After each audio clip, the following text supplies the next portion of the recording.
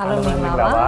ခရစ်စတတို့ရဲ့ဒီ fit zone ကနေပြီးတော့လေအခုဆိုလို့ရှိရင် Telegram မှာ channel လေးအသစ်တစ်ခုထပ်ဖွင့်ထားတယ်เนาะအဲ Telegram channel ကနေပြီးတော့ခရစ်စတတို့ရည်ရွယ်ထားတာက fit zone ရဲ့ပရိသတ်ကြီးပေါ့เนาะယောဂဗီဒီယိုတွေကို internet line အခက်အခဲမရှိပဲလိုက်ပြီးလေ့ကျင့်လို့ရအောင်ယောဂဗီဒီယိုလေးတွေတင်ပေးမယ်အဲ့ဒီ channel လေးကို join ပေးပေါ့เนาะဒါဆိုလို့ရှိရင်အဲ့ဒီမှာတင်တဲ့ဗီဒီယိုလေးတွေကိုသိရမယ်အခုပထမဦးဆုံးအနေနဲ့ဆိုလို့ရှိရင် mobility challenge အနေနဲ့ 3-day challenge လေးပေါ့နော်3ရက်တာဒီ live ပါလေ့ကျင့်လို့ရမယ်ဗီဒီယိုလေး3ပုတ်တင်ပေးထားတယ်တစ်ပုတ်ကို15မိနစ်နဲ့မိနစ်20ကြာပဲရှိပါတယ်အဲ့ဒါလေးကိုနေ့စဉ်ပေါ့နော်ဒီ3ရက်ပြည့်အောင်လေ့ကျင့်မယ်ပြီးလို့ရှိရင်ပြည့်သွားရင်ထပ်ပြန်လေ့ကျင့်မယ်ဆိုလို့ရှိရင်ကိုယ့်အိမ်မှာပဲနေပြီးတော့ဒီကိုလက်လှူရှာလေ့ကျင့်ငန်းယောဂလေ့ကျင့်မှုလေးတွေကိုပြုလုပ်လို့ရမှာဖြစ်ပါတယ်ကျွန်တော်တို့ဒီ mobility challenge လေးတွေကို3ရက်တိတိ live ပြီးလေ့ကျင့်မယ်ဆိုရင်ကျွန်တော်အိမ်မှာအချိန်တိတ်ပြီးမပေးရဘဲနဲ့ကျွန်တော် lifestyle မှာ injury မဖြစ်အောင်ရုပ်တရက်အကြောညက်တာတွေအကြောကတ်တာတွေ